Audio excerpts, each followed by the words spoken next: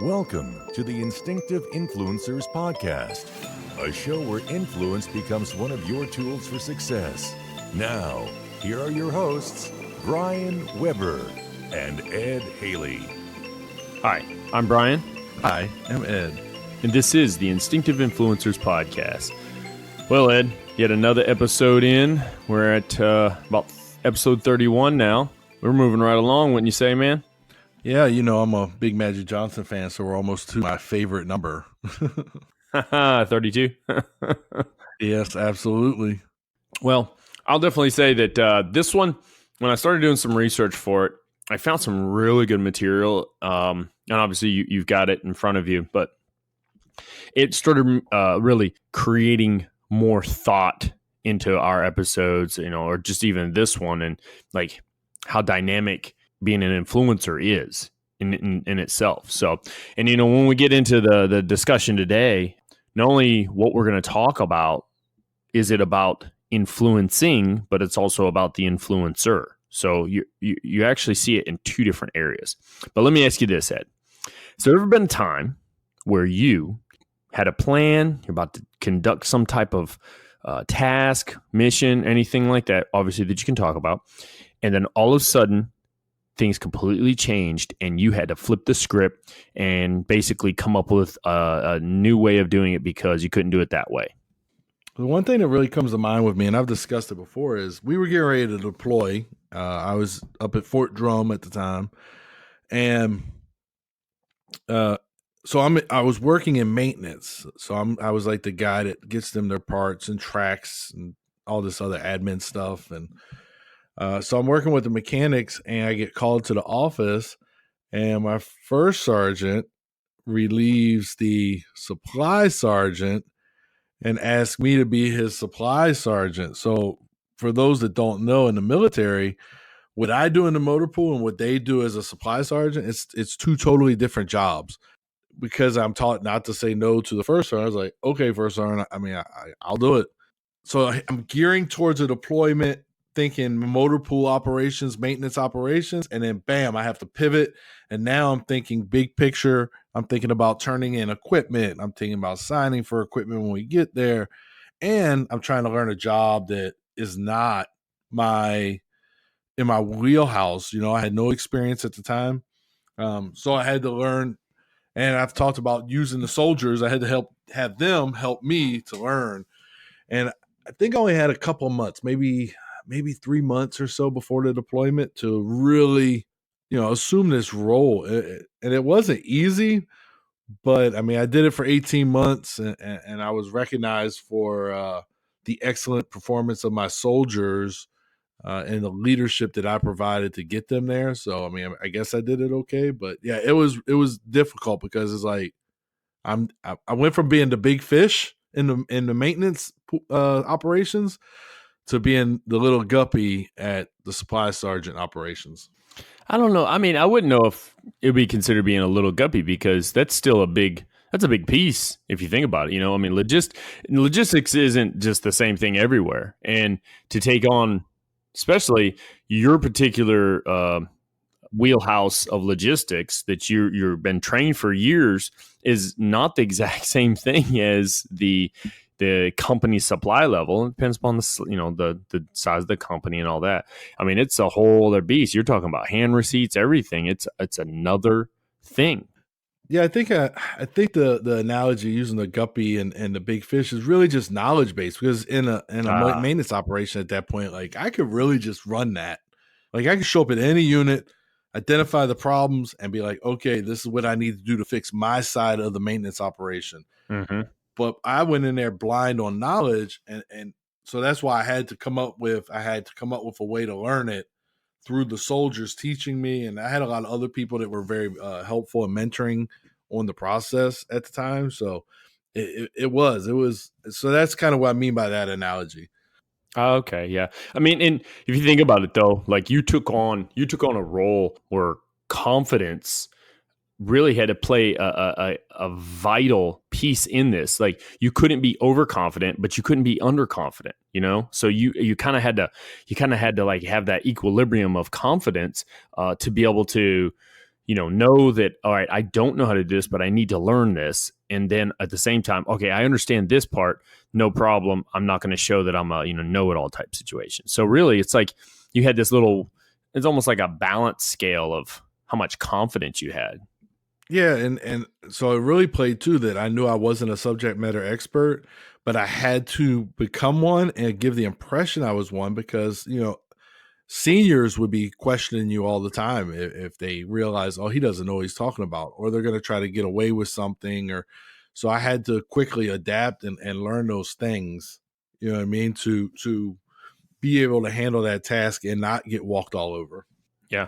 Well, I mean, and for those of you who don't understand military logistics or supply and whatnot, I will tell you that just hand receipts alone, and that's basically people are signed for certain equipment, So my buddy once said, and this is kind of a branch off. My buddy once said, he's like, I was in the Army. I was signed for millions of dollars worth of equipment. I was given a bunch of soldiers to manage and be responsible for and all this. And he's like, I got out because he got out of the Army right after we got back from Iraq for that first deployment. And he's like, I can't find a job that allows me to, have that same responsibility, that's to where I can have ownership on it and whatnot. And I'm like, man, that's crazy, because it really is funny how we make a certain amount of money, but we are literally responsible for millions of dollars worth of equipment.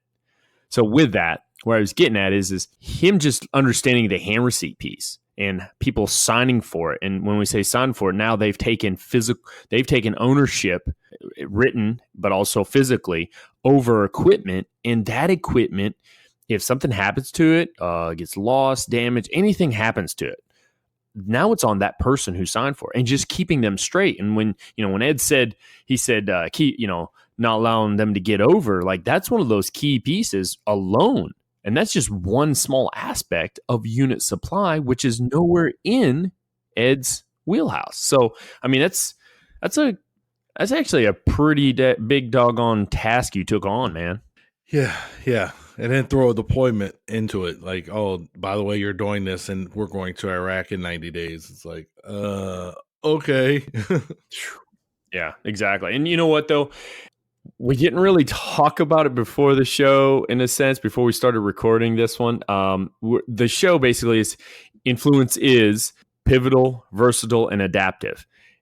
That was the same story I had in my mind that I was hoping you would kind of talk about, even though I didn't say, hey, talk about it, Ed, because all I kept thinking about was like, that was a point where you were pivotal, you were versatile, and you became adaptive. And we'll keep hitting upon that as we go through and we start talking about these different areas. But for those of you listen today, this is that little bit of series that we have going on. Influence is pivotal, versatile, and adaptive. And we're going to hit upon each one of those, just those words. And when we talk about it, I want you to think about it in the manner that it's not just the influence, but also the influencer, or could also be the influencee. So, you have to think about this. It's like three different little aspects there that when we talk about each one, it could directly affect each one. So, all right, you ready to get after it, Ed? Let's do it. All right. So here we go. So we're going to dive into pivotal. And I grabbed some definitions and whatnot, and then we'll discuss it. But a pivotal role, point, or figure in something is one that is very important and affects the success of that thing. High school graduation is a pivotal moment in most people's lives, an important point that signifies a shift in direction.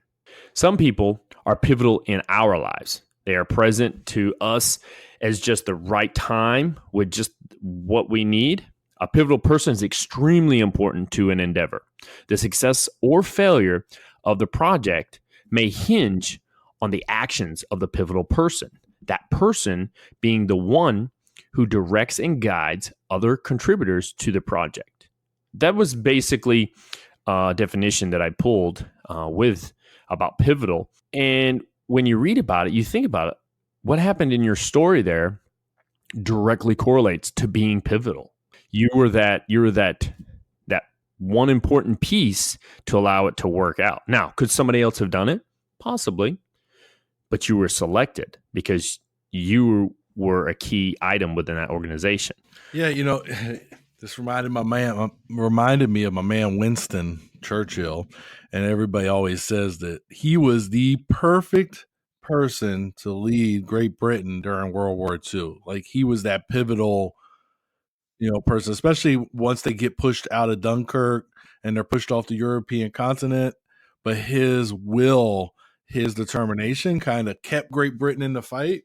Another leader may have surrendered at that point. Like they were whipped pretty handily already, but he didn't. He stood up, and you'll hear that a lot about him is he was the greatest prime minister possible for that moment. Yeah, absolutely. And we think about the whole pivotal piece, there's different elements of being pivotal, not only are you the key, like the main cog in it, but there's also pieces of that cog that help form the inner guts of the cog, right? So to hold basically the structure of it. I think of it as like a gear or cog. And if it was just the outer shell, it would collapse under pressure. But what if you took and you sectioned off pieces, then each one had a little, each one is like its own little element of that cog. And once you get each one of those pieces in there, now you have a solid object that allows for it to work, or the whole system to work. Let's think about, we've talked about these things before, but vision or values or, a positive attitude, or even just being appreciative of others. Like those are all little aspects that help being pivotal. There was I read it. Here we go. A dream is your creative vision for your life in the future. Leadership guru Dennis Waitley said, you must break out of your comfort zone and become comfortable with the unfamiliar and the unknown. When I think about what you went through, Ed, you were very uncomfortable probably right off the bat. You probably had that initial shock, right? Oh, yeah. But at the same time, all of a sudden, you're like, I got to do this. It's not like I can just say no. You felt like you had to do it, and you did it. You did the mission. Yeah. And so part of it was I came in and I had 3 soldiers at the time. And so when I came into the situation, I absolutely went straight to the 3 soldiers and said, hey, here's where we're at right now. Here's where we need to be. Here's where my knowledge is at. Here's what I need from you to help me. And so I painted this picture of them on how we're going to succeed and get out the door and on the plane and on our way to Iraq, so that they had a firm understanding of what we needed to get accomplished. And I think that helped a lot. Yeah. But I had a little rapport with them because I was in the organization. It's not like I was somebody new coming in organization. So that helped. Yeah. Well, and so let me say this then. You basically gave them a vision of what needed to be done. But at that point in time in your career, your knowledge base, did you really understand what a vision was? I don't think I did. I don't think I really, I knew. So I was doing it, but I didn't realize, hey, I'm giving them my vision. You know what I mean? Like I don't think I did because I was. But you presented it. I'm not going to say I was. You presented a vision. Yeah, and I think some of it goes back to how we're trained, though, right? Like we want to make sure our soldiers understand, like, hey, what's our 100-meter target? What's our 200-meter target? What's our 300-meter target? Mm-hmm. We make sure the soldiers understand that. So I think the Army teaches us to share a vision before we understand what a vision is. Oh, absolutely. Yeah, I guarantee you many times we're giving a vision and we didn't even know what a vision was. We do it for our career progression, right? These are the things I need you to do so we can get you promoted. When you get a brand new soldier, just came to the Army, we need to do this, and we need to send you to this board and this class. So we're really giving them a vision of how we see their career progressing, but we're not calling it that. We're just saying we call it mentorship in that case. Yeah, but that's part of being pivotal and not realizing that how much of an influencer you could be or you are at the time. It's basically setting into motion a bit of an opportunity to be successful with whatever it is that you're taking a part in. Absolutely. Let's think about the core values of it, though.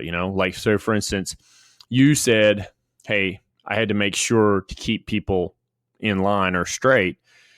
to me, that sounds like there's a bit that has a lot to do with some type of values base, because if somebody said, oh well, can we just say it's missing, and you could possibly write the paperwork up that it's missing, and then next thing you know, you've done something illegal and you're on the cover of Army Times. Yeah, and you know what else this reminds me of, Brian? The book that we are going to be doing in the future, Great Leaders Have No Rules. In it, he talks about how when you start a business, right? I'm the one lone employee, and then I'm going to interview, say, 3 people and hire them. But at that point, not only am I sharing my vision with them, but I can hire them based off of my values and what I want the values of the organization to be, right? Mm-hmm. So then I hire those 3 or 4, and then pretty soon I'm hiring 10, which I can still have an influence on that.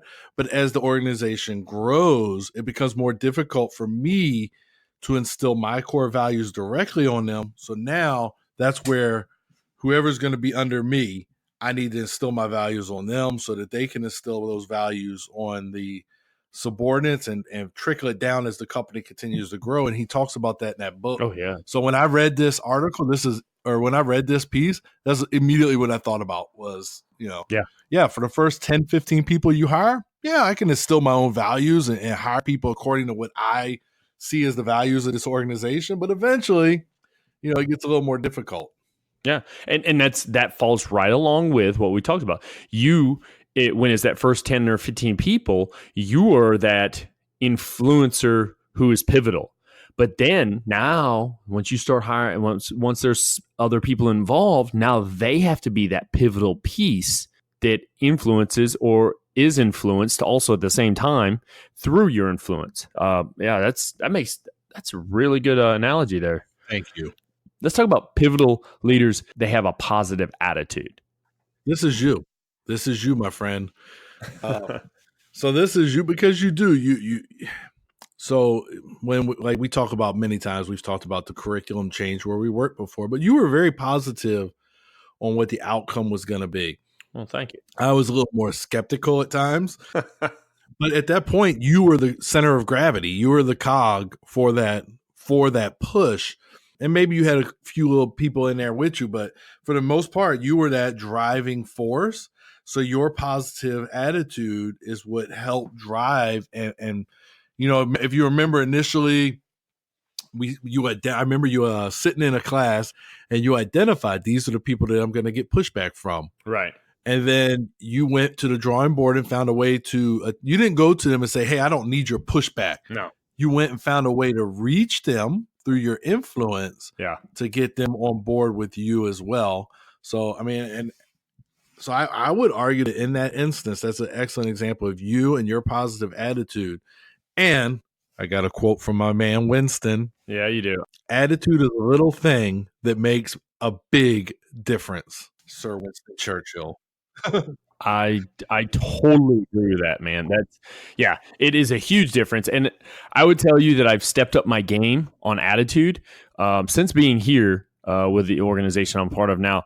I don't want to say I'm testing it, but I wanted to see how things can be different when it comes to attitude all the time.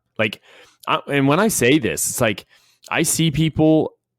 I try my best all the time to have this happier attitude towards things. And if something bad happens or doesn't happen the way I want it, instead of being completely mad at it or whatever, that whole crying over spilt milk thing, instead it's like, it's going to happen, but how do we fix it? And that's a different attitude towards it, right? So it's saying, I understand things will happen, but we're going to fix it together, So I appreciate the comments, man. I will tell you, there were many times where I struggled with my attitude during that whole transition we had. So just know I was comfortable enough. I'd have said something to you, but So attitude. So I remember being a young leader, and attitude was something I struggled. I did not have a positive attitude. It's going to sound crazy because it's a pet peeve of mine, but I was the complainer with no solution. This is so stupid. Why are we staying so late? But I also had a goal to make enough rank to affect a change in some of that stuff. but my attitude at the time stunk. And I wish I could recall my aha moment. Mm-hmm. But at some point, I had an aha moment. I was like, all I'm doing, and I tell my wife this sometimes, all I'm doing by having this bad attitude about a situation is making myself more upset and making those around me miserable. Mm-hmm. Where if I can be like, okay, yeah, this isn't the greatest situation, but here's how we go and fix it. And then the bearded ninja in his quote, what are you so upset about? Nobody's shooting at us. Those things together, I think I have a much better attitude. And whenever I had that aha moment, I do recall that I started having I enjoyed going to work more. Oh yeah, yeah. There was no sitting in your car taking a deep breath like, oh boy. I enjoyed it more because I had this positive. Yeah, things are going to happen. Nothing is going to be perfect every day, but the attitude that we have when things don't go perfect is what influences those around us and us. That's what makes people come home and get in arguments with their spouse because they bring work home and they're angry about work, but it's just finding that way. So yeah, attitude. I really, Yeah. I would argue that's probably one of the most important things on here. Oh yeah, to be pivotal, I have to agree with it. And the thing is, though, with it, it's either you're going to add to or you're going to take away. As the pivotal person, you're either going to add to what's going on or you're going to take away. Because a positive person, their attitude, it helps lower the stress. It helps keep the team focused on whatever the mission is or the task is.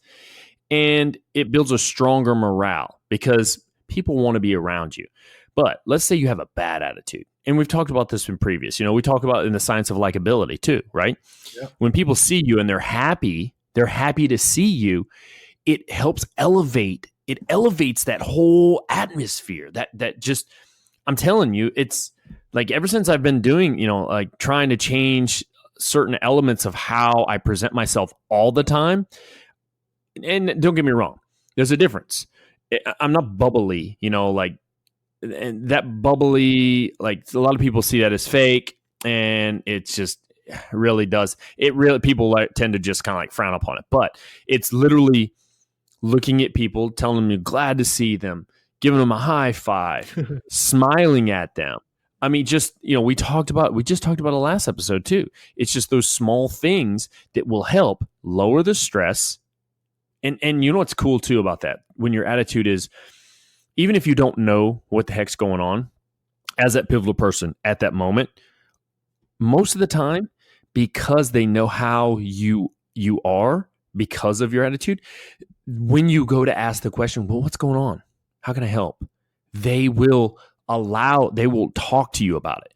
But if you're the type of person that's really negative or violent in nature, like maybe abusive in talk, people will refrain and they will withdraw from you, and they will pull anything that out of what they would normally say out of their statement, just because it's fear. They don't want anything to do with what the fear creates. So definitely. And the last thing we're talking about when it comes to be a pivotal leader or pivotal influencer is showing a grateful appreciation. Mm-hmm. And I think that falls on the attitude piece too, but in itself, being grateful, I've had a hard time with those who are entitled, who act entitled, as if like you owe them something. Yeah. I can't deal with people like that. It really bothers me. I do deal with them, and instead I try to open up that pathway of showing them that you're not entitled to anything. You have to work for everything in this world. There are people that they grow up with a silver spoon in their mouth. Yeah, so what? I got it. They get a silver spoon, whatever. Their mom and dad, grandfather, whatever, they gave them money. So they always have all the luxuries of life. Or, it's just the entitlement of like everything is owed to me. That can really get on my last nerve sometimes. It sounds like a very sensitive point for you. It can be. But showing gratitude towards people, I don't feel like it's something that they think they should get. You should do it anyways, no matter what. Right? Yeah, just absolutely. Being grateful, no matter what, be grateful, and you'll see, and it's knowing how to stop someone from being overly entitled about things. It's like, hey, I'm really glad you're here, blah, blah, blah. Yeah, well, this place would, that would be the conversation of going is, hey, yeah, I'm glad you're here. We constantly need your help, blah, blah, blah. And then that person talks about, "Yeah, this place should. I'm the one that gets everything done." That's usually right about there is where my tipping point hits. And I'm like, well, hold on now. You're not the only person here that makes everything happen. There are other people that are involved. We appreciate your service and everything you do, but just remember, you do have a place. Yeah, and so this is also for me anyway. When we talk about grateful appreciation, that's when we get up there and we acknowledge those that make us successful. That's especially as a military leader. All right, so you're going to get an award for whatever, for Iraq, Afghanistan. You get your award. Not when you don't get up there and say, well, I did this, because you're a representation of what your soldiers accomplished. So those are the ones, I want to first, and I want to thank my soldiers for making me better, because then that gives them that buy-in that he realizes we're a part of his success too. It's a group success. So I think that that's important to acknowledge those that help you get there. Yeah, I would have to say that was like one of the statements that our old sergeant major used to say all the time is like, he used to say, it's not me that's in the classroom getting after it every day, or he said something like that. And he said, no, it's you all. You're the ones who are making this organization go. And statements like that, that's exactly what that's appreciation across the board for everyone, though. Yeah. Because just because you're the leader doesn't mean you're the one making things happen. You're just there to help keep it running. Well, and so yesterday I had the honor of going to Bastogne, and you and I talked about it before the show, and I just want to. So General McAuliffe, who was the commander of the 101st Airborne Division, he gets this letter. He's admired. The writer admires him for his courage, but this is what he says back in his response letter: "It is not I who should be receiving such letters. The real heroes of this war are the frontline fighting soldiers. I had at Bastogne an opportunity to express the soldiers' feelings and did so. You see, I was only speaking as their representative." And you'll hear the story at a later date on the whole what he said, but basically he's saying, hey, I appreciate your admiration. However, this is who really deserves it. And it just plays to this too. It's just ironic that I just went there yesterday. Mm-hmm. Yeah. Well, and you know what's funny too, though? That very statement also can help with morale, because what if he didn't say it that way, right? What if he did take credit as if it was all him? I think that would kind of be demoralizing to those who were fighting in the trenches at Bastogne. Yeah, because he'd lose a lot of respect and any leadership capital. And yeah, so I mean, I think that's when we talk about pivotal leaders shows grateful appreciation. I really think that just embodies it. Just him shooting that letter back saying, "Yeah, I appreciate it, but." Absolutely, man. All right, so that's basically what we were going with. The whole pivotal portion of influence is pivotal. Not only influence is, but the influencer and the influencee, they are also pivotal. And being able to identify that and understanding that helps you as an influencer to elevate your game, so to speak. You hear us talk about these things, and sometimes you're like, man, it's the same thing they're saying. Well, there's a reason why it's the same thing. We're kind of sending the message home as, hey, this is what you can do to be that type of influencer you want to be. Be pivotal. Do it through a clear vision, to be able to help out with some value, bringing the group to their core values of the group, or having that positive attitude, and then also being able to show appreciation of others. Those are the things that help that. All right, so next, we're going to get into versatile.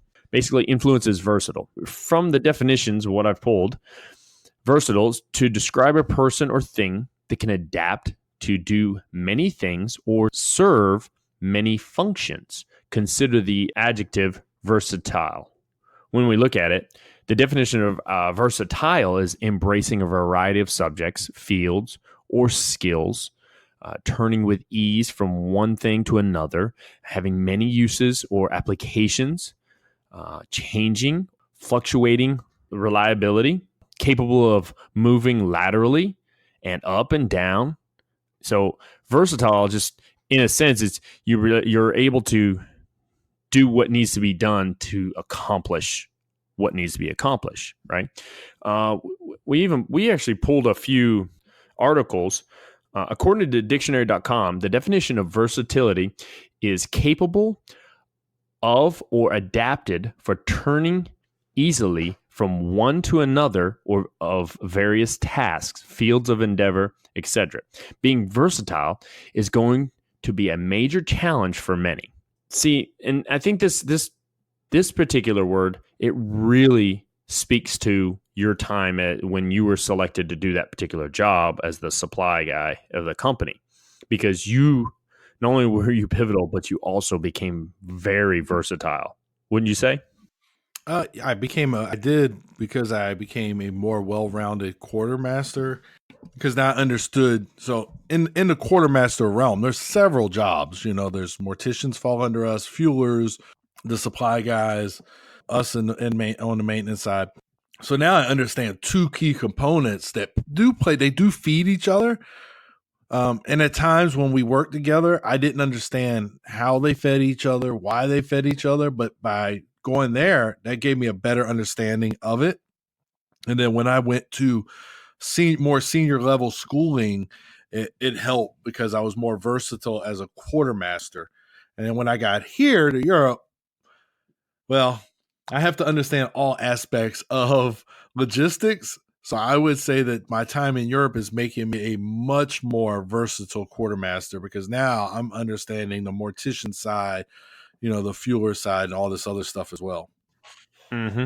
And basically, that would allow you to possibly operate as somebody who's directing all of them. Actually, that's what you're doing now, in a sense, is you're directing each little piece. When we look at being versatile, different skills of being versatile, because what you were talking about, one of them big is how well you communicate with people, right? So we've talked about communication, influencing through communication many times. Yeah. So when we communicate, our ability to communicate with other people, and communication is so many different forms. We said this before, whether it be through spoken word, through an email, through a text message, through a phone call, face to face, or through the phone call, either way, through another person. I think that's one of the tougher ones, right? When I give this person exactly what I had to say. Yeah. And now they're going to translate it. They're going to receive that message. They're going to translate it, and then they're going to move on. It's kind of like we've done it. Plenty of people have done it. They would call it the grapevine game or the telephone game. The telephone game, yeah. And the message changes, and you're like, oh man, that is not what I said. But hey, they got the mission done. So, but communicating well, that's key. Whether it be, and it could be something as small as proofreading your emails before you send them out, to make sure that you have the right time, the right place, the spelling is correct, because sometimes when you send out a message and the spelling isn't right, that's what people are going to focus on. That doesn't communicate well with them because now they're just focused on the fact that you couldn't spell a word correctly. So it's funny you mentioned the email. So I'll tell you a little story. And I make fun of it because I was like, really? This is what I'm getting called for? So when I first got, I sent out an email with taskings, and I sent it to all of the different sections within my organization, to their leads, right? Their NCOs. And I was like, hey, I need da da da da. Well, I also, for oversight, include the sergeant major who is over all of us, but it was just for him to have insight. But I put him on the 2 line.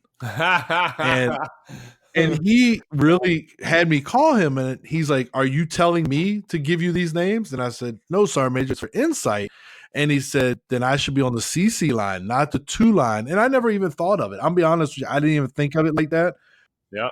And at first I was like, is he really making a big deal about being on the 2 line versus the CC line? And then it really clicked that, yeah, because I'm saying, hey, give me these names to you people. And he was on there. So I was like, Sergeant Major, give me these names. I'm only an E7 Sergeant First Class. That's a E9 Sergeant Major. I'm not telling him to do anything. No. So I actually learned from it. I thought it was he made a little bit too much of it, but I did learn from it. So when you talk about communication, right? Like the difference between the C and the 2 and the CC line is what got me on communication. Yep. And it's something simple too, though. Yeah. And I guarantee you probably never forget that I lesson. never will either. And I actually mess with him about it. Sergeant Major, you want me to send you that email to you or CC you? And he's like, he uses profanity, but he's an old Ranger. So he uses a little bit of profanity and then I leave. But I mean, that's one more thing that makes you versatile. Being able to understand how to communicate well with others, and and then there's also the BCC, which is the blind CC. So you're like, oh man, I mean, but we're just talking email. It's kind of like Iverson saying we're talking about practice. Yeah, email, the 2-line. The 2-line. We're not talking the body. We're talking about the 2-line. No. But it goes into that, though. It goes into what you're saying about communication. Because unfortunately, I mean, I'm not a fan of all the social media. I've said it before, but unfortunately, this is what the industry, what life has evolved to. And emails is what it's evolved to. Like, people look at me crazy because I'll say, oh, I need to go talk to such and such about my travel voucher. And they're like, why don't you just email them? No, I'm a face-to-face guy with certain things. So I'm going to talk to them. You do use significant time in going face to face. I get it. So I guess you got to kind of understand in your organization, these are face to face tasks. These are things I can call on, and these are things I can email on. So, and then, and that comes from the top. What's the expectation from the top? Hey, you're going to face to face when we're talking about this. It's interesting. Yeah. It can be something as small too. It's like, say you need something, right? But it's not a requirement of someone to give that something to you. You have to pick and choose the right time to communicate, the right way of communicating to them to get what you need from them to accomplish what it is you are trying to do. Yeah. I don't know how many different times. I just can't walk up to you and say, hey, I need you to do this. No. If you're not in charge of that, you're probably going to tell me, no, go pound sand. Also, you can't send excessively long emails and want people to read it all, just so you know. Is that a knock on me? What? Nah. Yeah, you're right. No, and I still do it. I still send long email. I've done it already once here and seen how many people bluff. What's that? Yeah. Bluff, bottom line up front. Absolutely. The bottom line up front does help. And I'm learning to use that. But another thing about being versatile is not getting stuck inside of a box, maybe through problem solving, or basically knowing how to conquer the tougher projects or problems within the organization. Yeah. It's understanding how to use problem solving to develop a plan. Let's say it's a particular problem has come up and the same answers keep coming up to fix that problem, but everyone knows that particular answer is not going to work. It's starting to think outside that box. All right. And this is one of the best ways I have found to help me. I just need to know, what's the end state got to be. If you tell me what the end state, or if I know what the end state is supposed to be, I will work through, backwards, plan it to where I know how to actually get to that end state. But sometimes we basically get stuck inside of a box of, well, this is how we always did it. We've talked about this before, Ed. Yeah. You like that one, don't you, buddy? Yeah. Yeah. But it's knowing how to, kind of keep ahead of the game and to be able to think outside that box and use problem solving. You're going to show that you are versatile by being able to do that. Being able to hone your skills in, if this small problem here it's been a problem in the organization for a year or two, and all of a sudden you're like, well, let me have a hold of it. And then you fix it. Whoa. Yeah. Now you've shown how versatile you can be. So this one, I actually had a problem with this when you and I were working together with somebody. So if you're, for me, in the military, right? And no matter where you are, you should be able to make some decisions on your own based off of historical data, your experience. But don't look for me to validate, like, make a decision. Well, we're going to load the students on the truck. Okay. Why you want me to be like, okay, go ahead? No, just execute. And so when I have young NCOs, young sergeants that are subordinate to me, this is one of the things I tell them: make a decision. And if it's the wrong decision, we can talk about that and we can fix it. Now, if it's life, limb, and eyesight, we don't want to make those type of decisions. But little stupid stuff like, hey, I'm going to have the soldiers go to chow, grab their bags, and then get on the truck. Okay, why you? What you want me to tell you? Like, and they say it in a questioning tone. I think you know who I'm talking about. Everything that person did, they came to me to ask me for approval. Well, you've basically made a decision, all but the execute. Go make it happen. Like, if it's wrong, we'll talk about it. And this is one of those things that just drive. This is why, for us, this is why soldiers sit around with nothing to do, because somebody's afraid to say, "You go home. I'll put out notes this afternoon or this evening. Y'all take off." They're afraid to say that, so we have soldiers sitting idly for 2 hours waiting on notes from a meeting that I could have pushed out through email or text. You know what I mean? Like, so this is a P for me for leaders. You have the experience. Yeah. Most of the leaders are at the ground level, like especially those first line leaders in an organization. Make a decision, and then be prepared to accept the consequence or the mentorship to make it next time you make a better decision. That's all. Like, don't hurt nobody. But so this one just kind of took me back to the academy days. Yeah, I think I know who you're talking about. I may have run into that person the other day, and then again. Absolutely, 100%. and then I ran into that person again today. Yeah, 100%. One of the things I would definitely have to say to that, to add to be about being versatile, and this is one of those things where it's like you have to understand kind of how to create relationships, but bridges aren't built to be burnt. You build a bridge for a reason. With someone, and you create a relationship with someone. Some people, they build this bridge because they're just trying to get something, and then they burn that bridge. Yeah. And when you're being versatile, when you're a versatile individual, you may put a toll on that bridge. I don't know, but you got to keep that. You got to keep it going, because if not, what happens when you do need or wanting to work with that person? You've already burned it, and they're not gonna help you out. So you're not gonna have that one more tool in your tool belt. And I will tell you, some of the most research, and this is just in the Army. So I guarantee you, on the civilian sector, there's other areas or people that are like this. But in the military, if I want something done, I have certain people within my ranks. It's normally the PFC or the specialist that I go to. It's that E3, that E4, they've created this network. We used to call it the E4 Mafia back in the day, Ed. Yes, I had an E4 Mafia of my own. Yeah, I mean, but that's who I go to if I know something it's critical and needs to get done, like time now. But the problem is this is the one statement I always give them is, I need this done, but it has to be legal, ethical, and moral. Yes. Because it feels like you shouldn't have to add that. But still. No, but I will tell you, I'm like, somebody brings something to me, and I'll be like, "Where did you get this?" Don't ask any questions. No, you can't do that. So I got to interrupt you for this one. This is really funny, and he may even listen. But so when I first came back in the Army, I'm at Fort Hood, right? And this guy, his name is Rubio, and the other guy's name is Civils, I believe. So we're hurting for fuel, right? And the motor sergeant tells them, "I don't care how you get it, you get some fuel."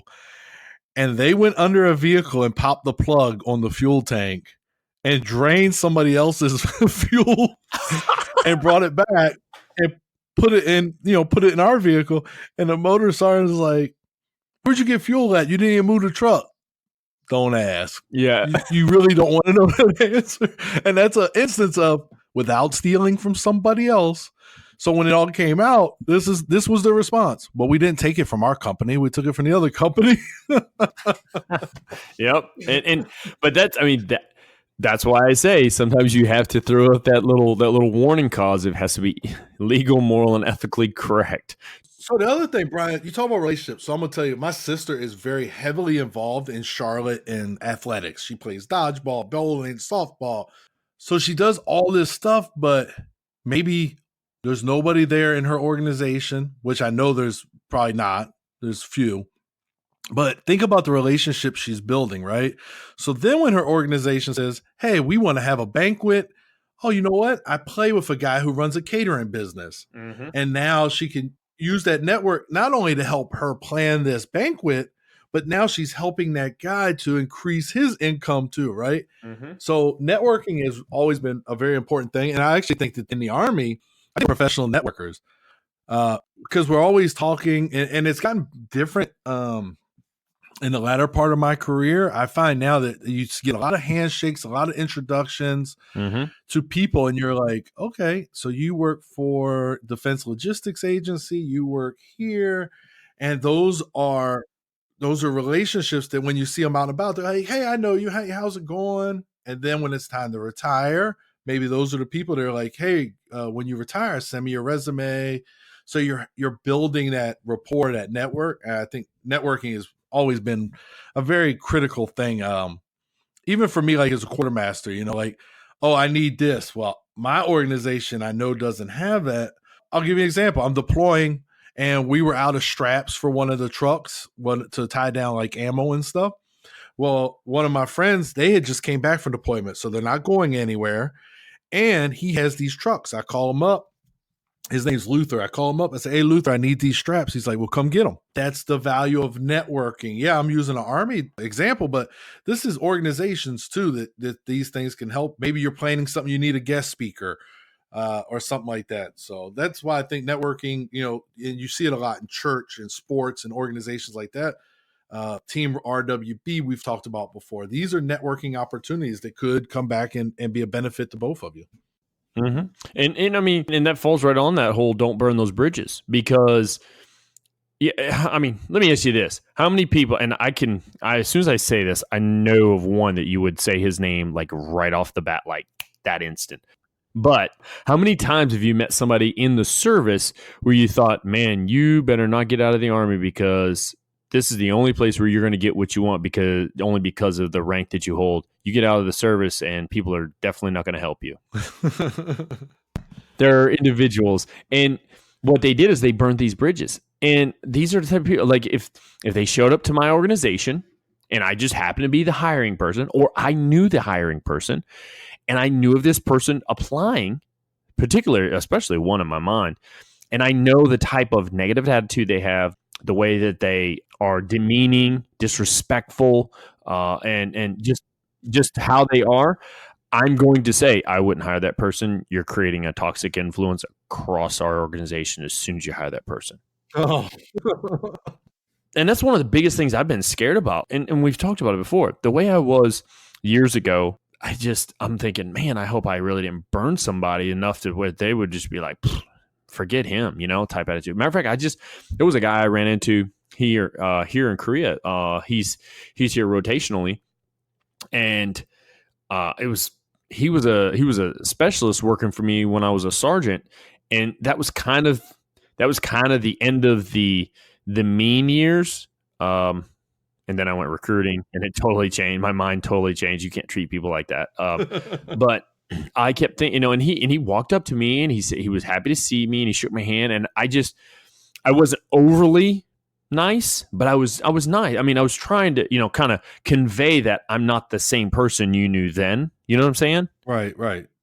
Yeah. Because I mean, I guarantee me now, and they're gonna be like, oh no, like from my early days, and it's just not the same. I don't even like the guy I was in the early days of being a yeah, I feel like people would avoid me, and I have hair now, so I'm more approachable thanks to Sarah. She says I'm more approachable with hair, so I've kept my hair. You look way better, definitely. And so with that though, being versatile, right? And we've really gone on a while about this with being versatile, but one of the biggest things about being versatile that people don't realize is being versatile is accepting and applying constructive criticism. That is really being versatile. When you can accept it and apply constructive criticism. Let's say, Ed, you're doing something and I notice it doesn't seem like you're doing it the easier way. And I approach you and I say, hey, man, I noticed you're doing X, Y, and Z. Just from my perspective, and I've dealt with this before, have you ever thought about doing LMNOP? And then if you were just like, come on, I got this. This is mine. How about you butt your heads out? That doesn't show that you're versatile at all. Versus if you said, you know what, thanks, I'm glad you brought that to my attention because I was kind of racking my brain. There has to be another way to do this, right? So you're showing that acceptance of that constructive criticism. What do you think? Yeah, this reminds me of, you talked before land navigation. I remember I had a soldier on land nav, and we allow them to use the roads if possible. And this soldier's just tromping through some of the thickest brush and thorns and stuff. And I said, "Hey, Sarn, you're allowed to use the roads." And she looked at me and she says, "I know, Sarn, but this is the only way I understand how to do it." So I was like, okay. Now, what the soldier did that caught me is land navigation is complete, right? Graduate, they've completed land navigation. That's into my classroom and said, "Hey, Sarn, do you have a few minutes to kind of go over how you would have used the roads to do this?" Task is complete, but they were versatile enough. They wanted to be versatile enough that they wanted to understand the other way to do something. So at test time wasn't the time they wanted to learn something. Got it. But yeah, no, I felt bad. Oh my goodness, that looks like a bunch of our patch, and she's just tromping through this thing. But she did come back for more guidance later. And that is being versatile. Because if you're able to, actually take in the information that's given to you, even whether it's somebody who's always trying to prove you wrong, at least accept it for a moment. I got you. We all know those people that are just always right and you're always wrong. Yeah, okay, whatever. Forget them, all right? But there are real people that want to literally help. So, and that's the way I look at that. So, got anything else about being a versatile influencer? Tell me what you think, Brian. Versatility comes with experience. Yes, because see, that's the thing. Like understanding that you can be going one direction and then go in another direction and be able to do it like on a hitch. I think it does. It does take time. I couldn't do that when I was younger. I know I couldn't have, but as I've aged, yeah, I can. I've learned to become more versatile. I really wish I'd learned some of this stuff in the half, because I think by the second half, man, that would have been awesome. But I think it comes with a lot with experience. It's those touching the stove and finding out it's hot moments. Oh, that's hot. Let's not do that again. And understanding those things just makes you much more versatile, right? Like, yeah. And then, hey, you know what makes you really versatile, Brian? What's that? Lifelong learning. Oh, look at you. Yeah, I think that one falls in all three of them today, though. I could definitely say. You know what, though? I think what you were talking about with versatile, and wish. And when you said, "I wish I would have learned this sooner," I think that comes down to having a good mentor, right? Or somebody who's willing to give you information or to train you and teach you how to be versatile. And saying, and that comes into the constructive criticism and getting good constructive criticism. Hey, that's a good idea, but I probably wouldn't quite do this element of this, right? That is good constructive criticism that helps people grow. If you constantly tell somebody that they're wrong, they're not going to want to come to you anymore. Yeah. No, and with that, oh, I'm sorry. So constructive criticism, I wanted to say this when you talked about earlier too. It is an excellent tool, but it's a waste of time if you're not going to action it. So if you're going to give me some constructive criticism and I don't use that to develop, to become more versatile, that was a waste of time. Like, what was the point of it? We have to recognize our faults and then be able to action it to improve them and continue to grow. Yeah, definitely. That's without a doubt. But like you said earlier, and I felt it myself, we become better through mentors and those who are willing to help us become better. Because these are all the things we're talking about today. These are things that we bounce off each other. We talk about with each other. We've dealt with through life because somebody else has given us that information or somebody else has educated us on that information. It's not like I just knew how to be versatile. I've had mentors that have taught me that. Watching somebody take a problem and troubleshoot it and then come up with a solution, that helps you. So, yes. Let's move on. We are going to get into adaptive. Influence is adaptive. So here we go. Use adaptive to describe people who are flexible. They don't lose their cool when plans change quickly, and they are always willing to learn new ways to do things. Being adaptive helps you sail along in today's ever-changing world. What do chameleons and your grandparents who only started using computers a few years ago have in common? They are adaptive. Just as chameleons change color to match their surroundings, green when sitting on leaves, brown when climbing the tree's trunk, your grandparents learned the skills to keep up with the world around them. The opposite of adaptive is stubborn. People, lizards, or anything that refuses to change are stubborn. To welcome change is to be adaptive. I'm going to share something with you. So again, yesterday I went to Bastogne, and he was telling stories. So there's a guy who fought at Belgium, right? He lives in Belgium still, and he is celebrating his 99th birthday. 99, right? And what the Society for the Battle of the Bulge Society did is they're giving him an iPad. I want you to think about that for a moment. 99 years old, he's getting an iPad, and it's because he is always on computers. He's always on his laptop, and the laptop's basically slowed down. It's older, and that's what they're getting him for his 99th birthday. And immediately I was like, 99, this dude's using an iPad? Wow. Yeah, that's a key example of being adaptive, though. I mean, that goes right along with what I was talking about with the grandparents and stuff, but he's 99 years old, and he's going to use an iPad. So add to the vision of this too, Brian. Yeah. This is a guy who was in foxholes fighting in World War II, but he's getting him an iPad. It's mind-boggling, isn't it? Yeah, absolutely. I wish I could go because they're doing it like a big celebration for him at the for his birthday cards. I wish I could go, but I think I'm going to be out of town. Yeah. No, that's just so cool too, because now he's going to connect with so much more a little bit faster. Now, he was already using a laptop, you say, right? Yeah, he was already there communicating. He's on the guy was like, you got him on Facebook, Instagram. He's Snapchatting like 99. That's awesome, man. Yeah. But now think about it. Think about this now, because we're gonna get into like about 14 different signs of what being adaptive is, right? Think about this. Adaptable people experiment. Yeah. He's experimenting right there alone. To adapt, you must be open to a change, and you have to be able to be willing to accept that change and then move on with it, right? Those who aren't adaptive, who don't accept change, they're going to be stuck on that old rhythm. And how do you influence anyone if you can't change? I kind of like that idea of that, like, because some people thrive in a challenge. So like, and here's the example they said they're using here. They're talking about companies that fail to adapt to the change. Blockbuster, which there is a Blockbuster in the United States. There's still one. Borders bookstore. Those are pretty good examples. Like they just they didn't adapt to change and end up. But some other companies saw an opportunity and changed things around and attacked an audience different. So I like the idea of challenge. When somebody says, "Oh, there's no way this can get done," that's the task I kind of want. How about this one? Adaptable people see opportunity where others see failure.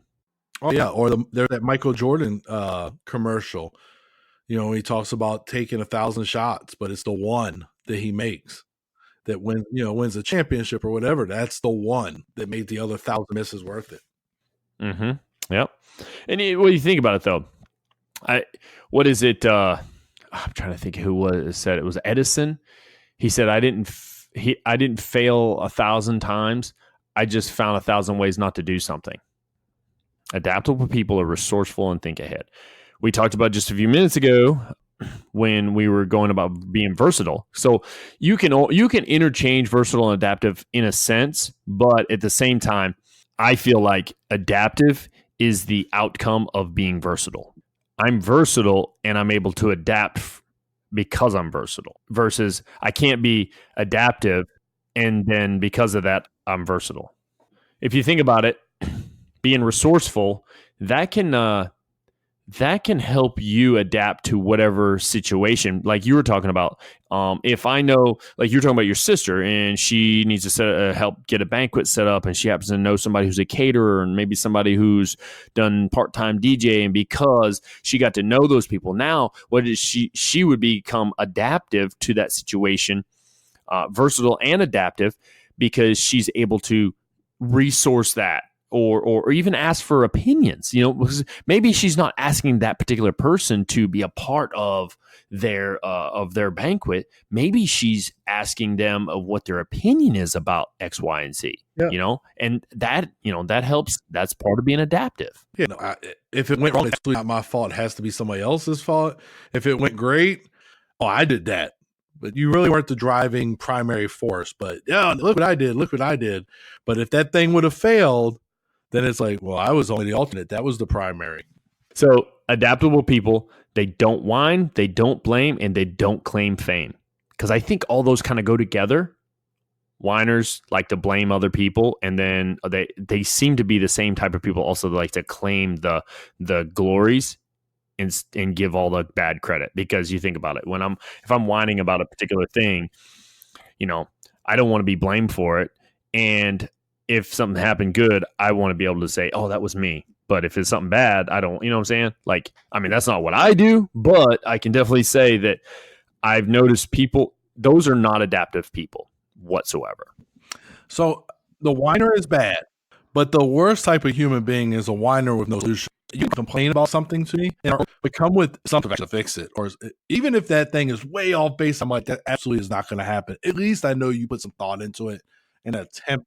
But that whiners are like, Yeah, definitely.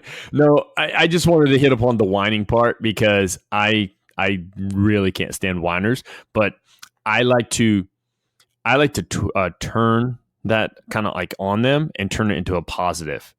Like basically, well, thank you for whining about it. Like point out that they're whining, but then turn it into thank you for whining about that. You know what? I'm definitely going to fix that. When you teach people to bring solutions to problems, you build and grow the organization, no matter what. I don't care what anybody says. If you teach people they have to bring you a solution with their problem, you will grow the organization every time. And you're also creating adaptive people. But one of the cool things adaptable people do is they talk to themselves. Yes, my wife is a very adaptable person.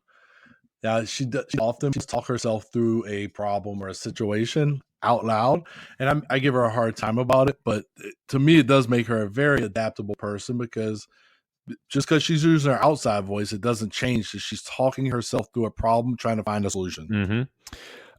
I find, and so it talks what we've been reading from here. It talks about using positive self-talk. So that's another thing, using, obviously it's basically creating like a mental switch within you of self-talk, of positive self-talk. Like, so for instance, somebody comes to me with a problem, right? And they have a solution, but it's not working so well. I love to say it to myself and then I'll say it out loud. I'll say it to myself first, then out loud. I'll say, oh, we can do this. All right, I can do this. We got this. And then I'll say it out loud. We got this. We can do this, And I think I've said it many times before when you and the Bearded Ninja would come to the office. Yeah. It's.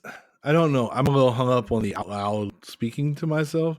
I will run things through my head, and I'm a whiteboard guy. So if I have something, let's say I'm trying to figure out how to get 30,000 gallons of fuel at this location, and then I'll start running it through, like, who do I need to contact? And I'll be whiteboarding it, to figure those things out. And I actually learned that from somebody who's been mentoring me on my new job, to just whiteboard it. And it just makes so much more sense. And you're like, oh, okay. Actually, I watched that guy concept of support for something going on. We were trying to develop it, and he whiteboarded it, and he's like, hey, don't erase that. I need to put that on a slide. Mm-hmm. Yeah. That's a great idea too, because what you're doing is you're taking that thought, that mental image, and you're making a physical things of something physical you can see, and it helps you through that problem solving, right? Yep. That's awesome. Oh yeah. We should do a problem solving episode. Actually, it's on the list, my friend. We're gonna do one. Adaptable people are curious, and why? Because they're always looking for other options. Now, do you always have to go with other options? No, you can use the same options, but there's always that chance if you can use other options there may be a simpler way to do this task. Yeah, it may be the same time as last time, but maybe there's something slightly different. So why not check out this other option just in case, Well, and think about it too. Another thing that adaptable people, they know how to open their mind and see systems, right? See how things work. You can't see the forest beyond the trees, but if you're somebody who's adaptable, you can see the entire forest and you can understand it. You not only do you see it from the front, you see it from the top, the back, and both sides, type of thing, right? So I was never a believer so much into it and realized that that's what I was doing until somebody said it. You remember Robert Taylor? Remember he used to work with us there at the academy. One of the things he said that I there wasn't a lot of. I mean, I didn't agree with everything he said, but he said this, and I thought, man, that makes sense. Is an organization should be a system-based organization that anybody can jump into. It's just different personalities may elevate that system a little bit, but you want to keep it system-based. Let me think about it. Okay, yeah. So plug and play. I should be able to pull the ninja out and put somebody else in there, and the system should make the wheels keep turning. Yeah. Now don't get me wrong. You have levels of competencies. You have levels of an attribute. I'm using the N2R.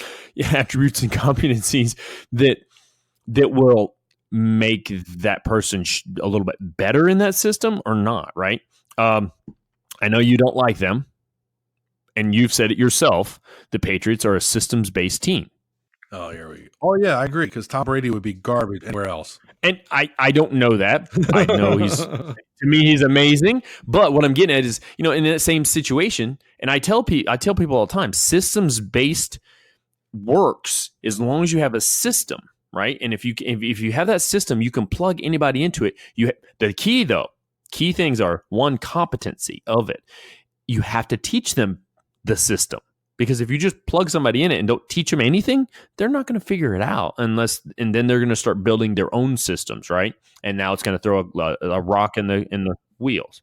It's really easy to kind of visualize what we're saying about systems. When you look at Phil Jackson in Chicago, and he wins the championships using the triangle offense, takes his triangle offense, goes to Los Angeles with different personalities and players, plugs them into the triangle. Now, granted, he had two Hall of Famers in both organizations who played very different games. Mm-hmm. So he goes to LA with the championships.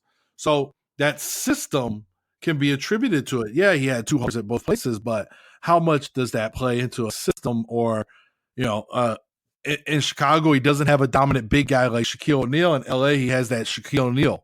So two different types of players, same success. So yeah, systems and plugging and playing. I just don't know. I think Brady would be good, and everything depends on the organization. If he went to Cleveland, he'd be running for his life so much, he'd probably be terrible. But as long as he's under Belichick, yeah, I think he's okay. I think he can play a few more years. He'd be retired if he was at Cleveland. In Cleveland, if he wasn't dead, he'd be retired.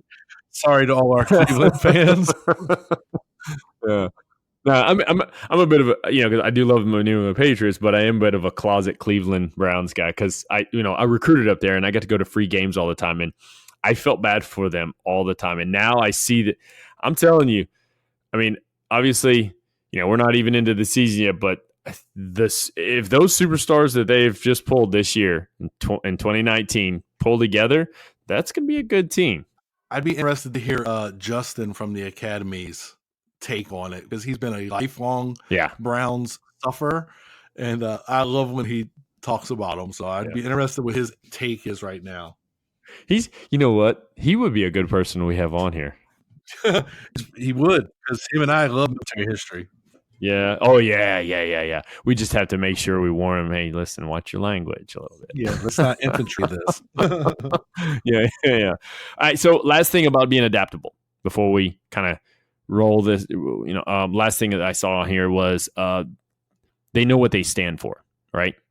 When you're adaptable, you also have that core foundation, and we talked about it earlier being pivotal, and you in versatile, you also have to have it there, but you have to have that core foundation, those values or the morals and ethics that help keep you grounded, because sometimes you may be overly adaptive and you could travel down the wrong pathway.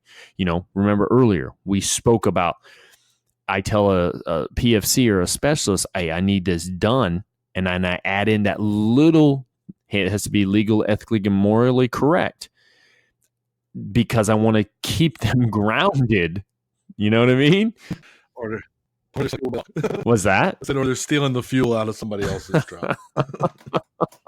Yeah. Did you want to cover these traits of adaptive leaders that we talked about earlier? Yeah, if you want to go on. There's only 8, so right off the bat, the ability to link organizational change to the primary values, abilities, and dreams of the stakeholders involved. That's part of being an adaptive. That's a trait of an adaptive leader right there. Yeah, and we talked about that a little bit on the previous Influence Is episode. We talked about like culture change, and that's basically what we're talking about right here. Yeah, exactly. The next one, the capacity to create an environment that embraces diversity of views and takes advantage of such collective knowledge to benefit the organization. Man, have we heard that before or even spoke of that before? I think we have. I think we do quarterly training on something similar. My favorite part is take advantage of such collective knowledge to benefit the organization. You really beat me up about the term talent management when we were talking about it was another program the Army was looking at putting in place. And this is, to me, this is talent management. And talent management, it's one of those terms that I got from you. I really, really, really think it's super important now. Mm-hmm. I have a lot of faith in it, but this is talent management, my friend. And, I agree with good talent management, but at the same time, you have to understand the elements of talent management and being adaptive, that you don't use the same people all the time for the same tasks. You have to. The horse will eventually break. Yes, you have to diversify that talent management by pairing people together, getting them to train other people. And I think that's probably one of those things where that's why we are able to be victorious in many things we do or successful in the service versus I don't know. Maybe I'm saying this out of place because I've never been a civilian, but from what I've gathered on the outside world, people don't want to train others how to do their jobs because they're worried they could lose their job.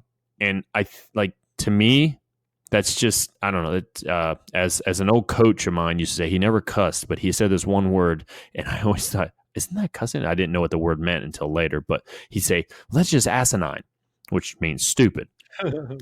But yeah, that's one of those things, man. I'm going to forever preach that of diversifying your talent management. So, all right, the next one, number 3, the adaptive leader understands that change can be a painful process. Therefore, he or she can foresee and counteract any reluctant behavior from teammates. This right here, that's one of those. So this is where you're talking about when we change the curriculum. Part of my brain, my problem solving was, like you said, identifying those who would not accept the change very well and figuring out how to engage them. They're my primary person that I want to engage, because if I can reach them, I'm reaching everybody else, right? Those who do accept it, they're gonna fall in line even more. I want to think about those people who are not accepting it. That's what's key. Yeah, I mean, you always have those informal leaders too. So I remember kind of the list you put down, and one of them was a very strong leadership personality. So you had to win that person over because a lot of other people would follow suit. And I actually think that one you might have been wrong about. I'm thinking about Steve, I think. But even we just talked about Justin. Justin was one of those personalities. Once Justin bought in, a lot of people, because of the personality he had within the organization anyway, even though he's partially because he's been there forever. But yeah, well, and though, with him, though, I wouldn't say that he didn't buy in. He just wasn't understanding the concept at the time, because the funny thing is just like we said earlier, he's, we talked about where, did you realize you were being versatile, pivotal, or adaptive when you took on the role? And did you realize you were creating a vision, blah, blah, blah? Well, that's the thing is, once we started talking the piece, he's like, oh, I already do that. Yeah, exactly. You're already doing it, man. You're already on spot with what we need. So that was what was cool with him, Yeah. Steve, he shocked me though, because, and he didn't really shock me. I know because he has a lot of hidden talent that he just doesn't want to offer up, and I think it's because he's worried about getting hurt in the process. You know what I mean? Because he has been burned before. Yeah. With that, I was like, man, he knows exactly, and he was offering up ideas and stuff like that. And it's like when you grab those people to get them to accept it, they have to offer something. So if you ever out there, that's just one of the things I've done. Now you may think I'm wrong, I don't know, but it's worked for me for years now. To get those people to accept something, you got to get them to offer something first. Because if they offer up an idea and then you say, you know what, I like that. How about I use this part of it because we're still required to do this part, but let's use that part because that's spot on. You just created ownership for them. Now they own part of the problem because part of it's their idea. Yeah, absolutely. So, buy-in. Yeah, absolutely. Yeah. So next one, in understanding that large-scale change is a gradual process which calls for persistence and a willingness to bear the pressure that comes along with that. There is going to be pressure and you have to understand it and you have to be able to accept that. Yeah. Oh, that's curriculum change again. Yeah. all day long. And these are what I'm reading down through are the traits of an adaptive leader, obviously, to kind of close out the adaptive part. Being proactive, looking for opportunities and investing the necessary resources to go after them. So we talked about it earlier with resources, but being proactive, I've heard this multiple times, and I also say it. I'd rather be proactive than reactive all day long. I absolutely hate being reactive. I hate when I'm put in a situation to be reactive. Yeah, but somebody who's adaptive, they don't have to. Well, they can be reactive when they have to, but being adaptive is using those elements of being proactive and saying, okay, we've got this upcoming task. See, right there alone, you just said, I've got this upcoming, so I'm planning for, is what I'm saying. I'm being proactive, and that's key, man. I mean, all day long, if I know I've got to get 5 people to this training, I got to figure out how to get them. I've got to figure out all these other elements to it. Well, I got to be proactive. I can't wait until the day before and then they not make it, possibility. Admitting when they make mistakes in changing or abandoning non-productive strategies. That falls right in the line with the constructive criticism we talked about earlier. Yeah, that's and that's goes back to we've talked about before about controlling your ego. That's what I see that. That's what I'm thinking. Like, okay, I was wrong, taking ownership, Jocko, taking ownership, and then changing or abandoning non-productive strategies. Like this is it's nothing worse than you put a lot of effort into planning something and having to admit that your plan was faulty and we need to go a different route. Like it hurts because you invested in that. That's your baby, but you still have to be willing to say, you know what? I put 20 hours into this planning and this is just not the route we need to go. So let's look at another strategy. Let's go to a different course of action. Mm-hmm. Absolutely. And that's my ego being checked. Yep, exactly. And it's just putting you in check. And I mean, everybody falls victim to it at some point. It's just knowing how to identify it and then to be able to move forward. Here we go. Being open to experimentation and risk taking. That one, being an adaptive leader and being able to experiment or take risk, that can be kind of a thin ice area sometimes. Depends upon what you want to risk here, And frankly, I'm just going to say it. Some people just are not good at making that type of decision, or they're not willing to because they're too scared to. That comes with confidence and building confidence and training those people and educating them on the whole process. But risk-taking, as long as it doesn't do anything ethically, morally, or illegal, you're good. Life, limit, eyesight. Yeah. Or you're not dumping millions of dollars of a company's profits into something that shouldn't be, Yeah, I'm going to invest in the widget. Yeah. Liking and encouraging innovation among employees. That right there, that's part of that talent management thing again. But at the same time, encourage, positive attitude. Like you don't have to be all bubbly positive all the time, but come on, you gotta rely upon your people. You can't be the idea of everything. Yeah, and that's just mental organization by growing that person. Exactly. All right. So what we covered today was Influence is pivotal, versatile, and adaptive. Understanding how to be pivotal, versatile, and adaptive, well, that's a whole nother thing once you've understood what all the elements are. And it comes with practice, it comes with time, it comes with mentorship. We've both said it already before. We both wish we would have had somebody that would have mentored us to be this way, but it just takes time. You have to go through the heartaches and then the happiness and all that. But you can use small elements of what we spoke about today to help you in that. With that, what do you got for him, Ed? I think that's it for this episode. I got to quote my man Winston. I got to talk a little bit about Bastogne, and I learned some things. So I got to do some lifelong learning. It was a great episode. Absolutely. Hey, so this week's task, we're not going to throw out really much of a task other than what are you doing to help grow as an instinctive influencer? Well, how about you do this? How about you go to our Facebook page? How about you share it? Share it with others. How about you ask somebody if they've listened to it? How about you recommend a show? Do those things. Let's see what we can do to kind of get the word out there. Because the cool thing about is when you spread the word and more people get involved, more ideas come up, and then we get to generate off each other.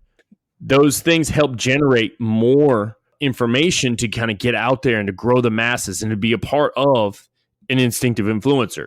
Think about how we're going to grow our community and our group. And that's what we need to do. So reach out, share the show, share the page, send it an email, whatever it is you got to do, recommend to others. But let's grow this community and get more people involved. With that, I don't have much more to say. How about you, Ed? No, that's a wrap on another great show. Absolutely. I am Brian. And I am Ed. And this has been the Instinctive Influencers Podcast. Thank you for listening. Have a great day.